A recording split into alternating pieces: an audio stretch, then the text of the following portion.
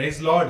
प्रभु का धन्यवाद करते हैं इस अच्छे समय के लिए, इस अच्छे दिन के लिए जो प्रभु ने मुझे और आपको दिया और हमें जिंदों की जमीन पे सलामती के साथ रखा ताकि हम उसकी आराधना कर सकें। आज हमारी खुशनसीबी है, हम और आप मिलकर प्रभु की आराधना कर रहे हैं। मेरा ऐसा विश्वास है जब कभी जहां कहीं आप हो और इस वीडियो के माध्यम से प्रभु की आराधना करना चाहें तो प्रभु की आशीषें आपके साथ ठहरे। May God bless you.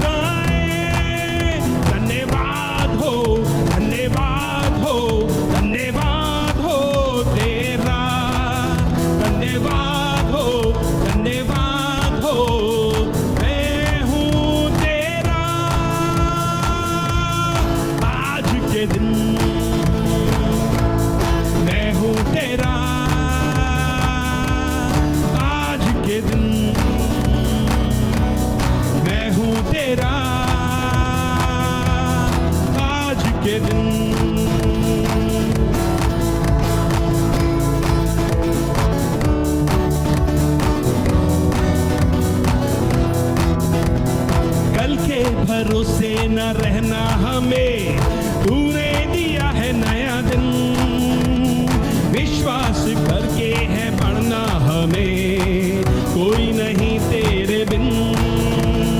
कल के भरोसे न रहना हमें, तूने दिया है नया दिन, विश्वास करके है बढ़ना हमें, कोई नहीं तेरे बिन। आज के दिन मैं हूँ तेरा, आज के दिन मैं हूँ तेरा, आज के दिन, आज का ये दिन यहोवा ने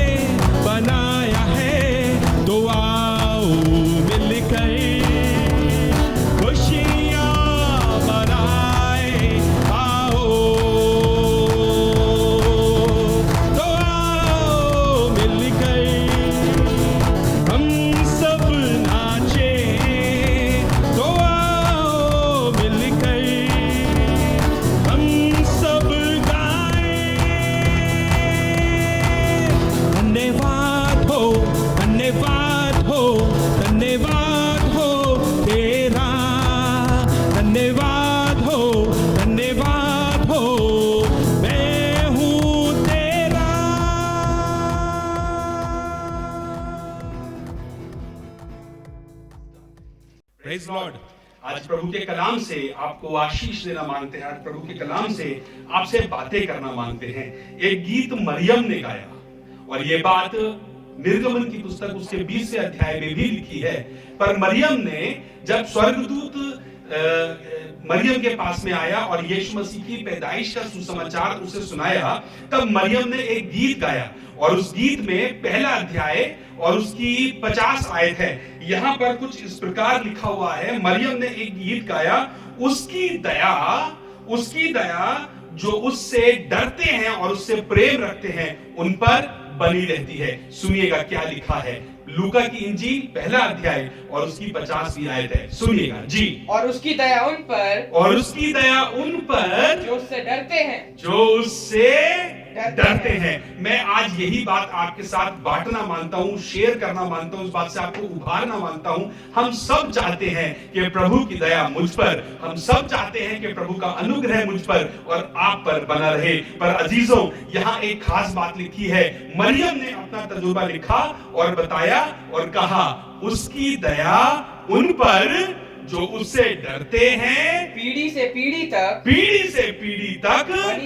बनी रहती है। यानी जो आज आपके ऊपर आशीष और बरकतें बनी है, जो कल आपके ऊपर आशीष और बरकतें बनी है, आपके साथ आपकी पीढ़ी से पीढ़ी, आपके बच्चे, आपके और उनकी पौध, generation to generation, you will see the love of God, the care of God, the blessings of God.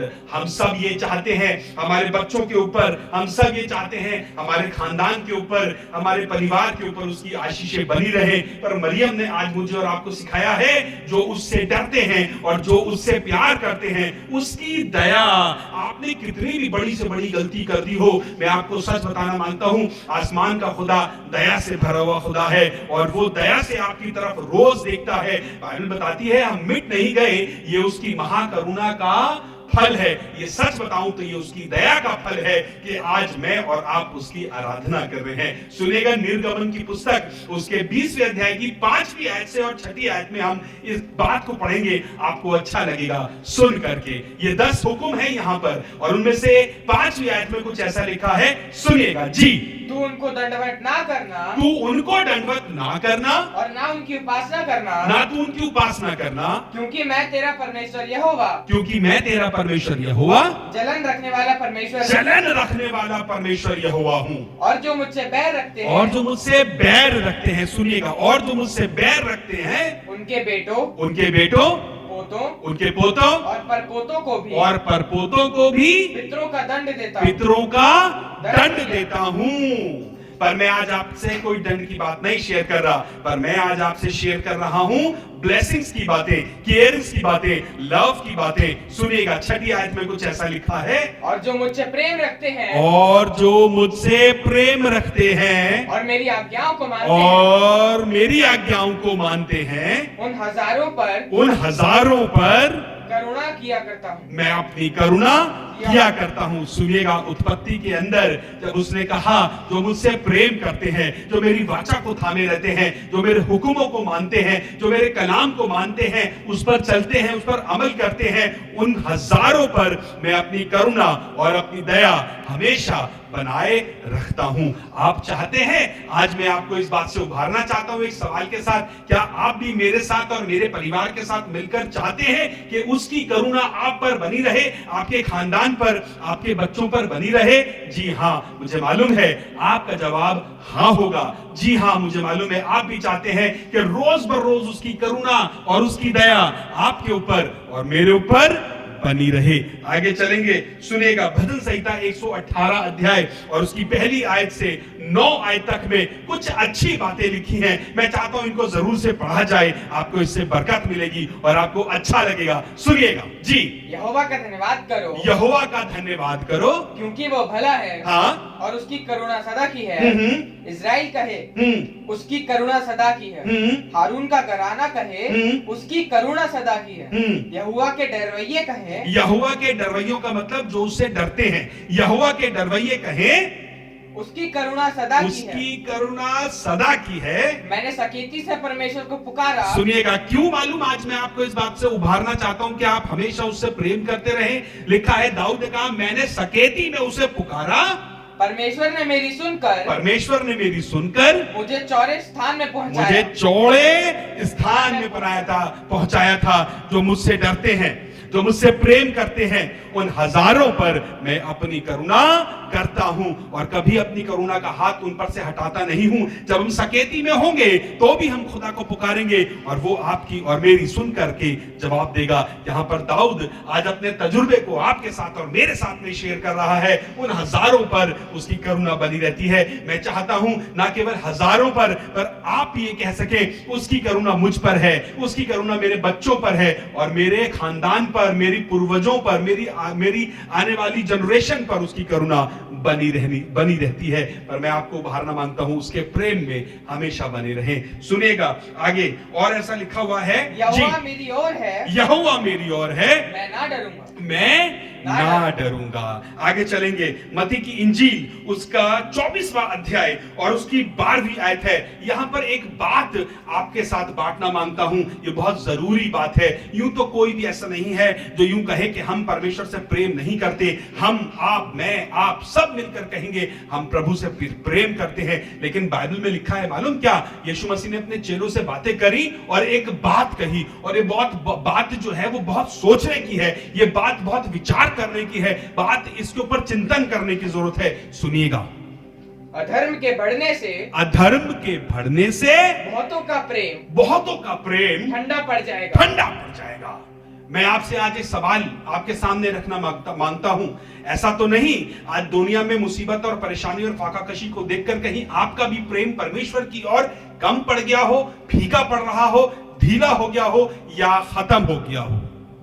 आज मुझे और आपको जांचने की जरूरत है। जिस ज़ील से हम लोग पहले चर्च में आराधना करने के लिए जाया करते थे, आज इस पेंडेमिक टाइम में हमारी वो ज़ील कम हो गई है। आज जिस ज़ील से हम तैयार होकर खुदा की आराधना में गीत गाने के लिए जाया करते थे, मुझे मालूम है ये कम हो गई है। लेकिन अजीजों, आज आपको इस बात से उभारना मांगता हूं, चीयर अप, बूस्ट अप और दोबारा अपने उन दिनों को याद करें जिस तरीके से आप प्रभु की आराधना करने के लिए जाया करते थे, समय पर तैयार होकर के, दौड़ के उसकी उपासना किया करते थे, आप उसको धन्यवाद दिया करते थे। आज भी वो समय है कि उसकी करुणा आपके ऊपर कभी कम नहीं हुई, तो हम अपनी तरफ से उसका प्रेम क्यों कम कर दें? आज मुझे और आपको तैयारी करने की जरूरत है। सुनेगा, प्रकाशित वाक्य की पुस्तक उसका 2 अध्याय और उसकी 4 आयत में कुछ ऐसा लिखा है। सुनिए जी। पर मुझे तेरे विरुद्ध ये कहना है कि तूने अपना पहला सा प्रेम छोड़ दिया है। तूने अपना पहला सा प्रेम छोड़ दिया है। आज मैं आपको उभारना मांगता हूं और एक सवाल देना मांगता हूं और पूछना मांगता हूं। अपने आप से आप ये बात पूछें, मैं अपने आप से पूछूं, कहीं ऐसा तो नहीं कि हमारा ध्यान अब ज्यादा किसी और चीज पर, मीडिया पर लग गया है, टीवी पे लग गया है, मोबाइल फोन में चला गया है, लैपटॉप में चला गया है, आज और दुनिया के बहुत से सॉफ्टवेयर के ऊपर चला गया है। आज हम आराधना के समय को छोड़कर कुछ और करने लगे हैं। मेरे अजीजों, आज आपको उभारना मांगता हूं, कहीं ऐसा ना हो कि आपका प्रेम परमेश्वर के प्रति कम हो जाए, कहीं आपके ऊपर उसकी करुणा कम हो जाए। आप अपने एंड से अपने आप को जांचें और परखें, कहीं ऐसा तो नहीं मैं कुछ गलत कर रहा हूं, कहीं ऐसा तो नहीं कि मैं कुछ गलत कर रही हूं। मुझ पर और मेरे परिवार पर उसकी करुणा हम चाहते हैं बनी रहे, पर एक बात जरूरी है कि हम उससे प्रेम करते रहे, हम उसके डरवैये बने रहे, हम उसकी निगाहों में बने रहे। और आपको उभारना मांगता हूं, भजन संहिता 31 अध्याय और उसकी 19वीं आयत है। भजन संहिता 31वां अध्याय और उसकी 19वीं आयत है। मैं आपको कुछ एक लोगों से भी आज मुलाकात कराऊंगा जो इस बात का बयान करेंगे कि हम परमेश्वर से प्रेम करते हैं। सुनिएगा जी। आह तेरी भलाई क्या ही बड़ी है। आह तेरी भलाई क्या ही बड़ी है, जो तूने अपने डरवैयों के लिए रख छोड़ी है और अपने शरणागतों के लिए और अपने शरण लेने वालों के लिए मनुष्य के समान प्रकट भी की है। आह तेरी करुणा, आह तेरी बातें कितनी अच्छी है ना। दाऊद ने कहा, मैं आपको कुछ एक जवान लड़कों से मुलाकात कराना मांगता हूं। एक ऐसा लड़का था जो जबान से तो कहता था कि मैं प्रभु से प्यार करता हूं, लेकिन अपने कर्मों से वो बिल्कुल अपने प्रभु से प्यार नहीं करता था। मालूम क्यों? वो जानता था परमेश्वर का कलाम क्या है, लेकिन फिर भी उसके कलाम से प्यार नहीं करता था, ना उसकी वाचा से प्यार करता था।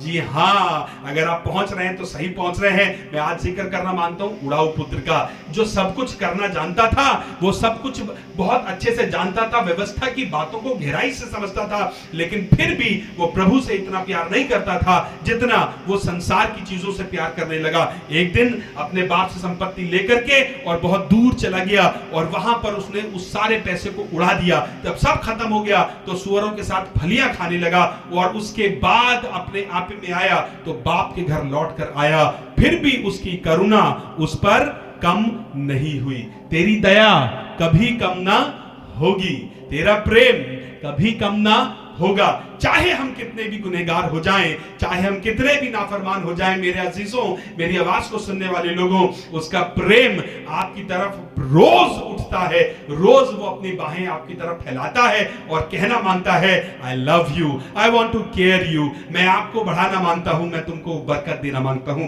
सुनिएगा, एक और जवान लड़के से आपकी बातें करता हूं, बातें करना मांगता हूं। वो लड़का यीशु मसीह के पास आया और आकर के कहने लगा, हे उत्तम गुरु, अनंत जीवन पाने के लिए मैं क्या करूं? उसने कहा, तू आज्ञाओं को माना कर। उसने कहा, ये तो मैं सब आज्ञाएं मानता हूं। तब उसने कहा, तुझमें एक बात की घटी है, क्या? तू अपना सब कुछ बेचकर कंगालों में और मेरे पीछे हो जा। उसको ये बात बुरी लगी, नागवार गुजरी और वो चला गया। हम बहुत दफा कहते तो हैं कि हम प्रभु आपसे प्यार करते हैं, लेकिन बाइबल बताती है, जहां तेरा धन वहीं तेरा मन है, जहां तेरा धन है वहीं तेरा मन है। और वो जवान वहां से ठोकर खाकर चला गया और उसके बाद अनंत जीवन में दाखिल नहीं हो पाया। मैं आपसे बातें करना मानता हूं, आप और हम कहते तो हैं कि हम प्रभु से प्यार करते हैं, क्या सच में हमारा उसका प्रेम हमारे अंदर से दिखाई देता है? क्या दुनिया की चीजें, अभी किसी का शादी का इनविटेशन आ जाए, हम शादी के इनविटेशन में बहुत जरूर से चले जाते हैं, पर same time, same day, same date पे अगर इबादत हो तो शायद हम एक और लड़के से आपकी मुलाकात कराना मांगता हूं। ये लड़का भीड़ में था। ये किस्सा बड़ा मशहूर है और आपको बड़ा अच्छा लगेगा। ये लड़का था भीड़ के अंदर, जहां पर 5000 लोगों को रोटी खिलाई गई। यीशु मसीह के चेले आए भीड़ को विदा कर कि अभी आसपास जाकर अपने के लिए खाना बटोर ले। तो उसने कहा, तुम ही इन्हें खाने को दो। मालूम, तो उसने कहा, यहाँ पर कुछ भी नहीं है, पर हाँ, एक लड़का है जिसके पास 5 रोटी है जौ की और 2 मछलियां हैं। उसने कहा, ले आओ। मालूम, मुझे इस किस्से में अच्छी बात मालूम क्या लगी? हमारे पास चाहे कुछ भी ना हो, लेकिन तो भी हम खुदा के कलाम के अनुसार वो सर्व करते हैं। अगर उस लड़के ने मना कर दिया होता तो शायद बाइबल में ये किस्सा ना होता। अगर उस लड़के ने मना कर दिया होता तो वो हजारों हजार भीड़ें खाना नहीं खा पाती। आज अगर उस लड़के ने मना कर दिया होता तो शायद आज तरक्की ना हो पाती। पर मैं आपको बताना मांगता हूं, अपने आप को खुदा के सामने सर्व करिए। जो कुछ आपके पास है और जो कुछ आपके पास बेस्ट है, वो सब कुछ खुदा के सामने अर्पण करिए और ये बात दिखाइए, और ना केवल सिर्फ बताइए, सिर्फ अपने जीवन से इस बात को प्रदर्शित करिए कि हाँ प्रभु, हम आपसे प्रेम करते हैं। लिखा हुआ है, जो उससे डरते हैं और उससे प्रेम करते हैं, उन हजारों पर वो अपनी करुणा बनाए रखता है। मेरी दुआ ये है, आज मेरी ख्वाहिश ये है आपके लिए कि आपके ऊपर उसकी करुणा बनी रहे। मैं चाहता हूं आपके परिवार के ऊपर उसकी करुणा बनी रहे। मैं चाहता हूं आपके बच्चों पर उसकी करुणा बनी रहे। जब आप अपने घर से निकल के जाएं तब आपके ऊपर उसकी करुणा बनी रहे। आपके बच्चे जब आपके घर से निकल के जाएं तो आपके ऊपर उसकी करुणा बनी रहे। जब आप अपने घर में सोएं तो आपकी तमाम चीजें जो आपसे जुड़ी और आपके हर एक चीजों के ऊपर उसकी करुणा बनी रहे। आह, तेरा प्रेम, आह, तेरी करुणा कितनी भली है। हम तुझे छोड़कर कहां जाएं प्रभु।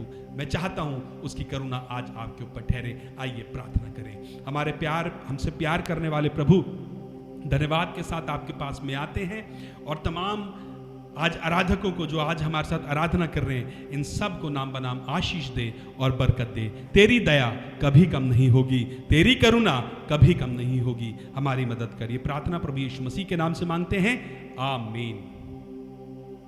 May God bless you. प्रभु आपको आशीष दे। अपना ध्यान रखिएगा। अगर कलाम आपको अच्छा लगे तो जरूर से किसी ना किसी के साथ शेयर करें ताकि बहुत से लोग आशीषित हो सके। May God bless you.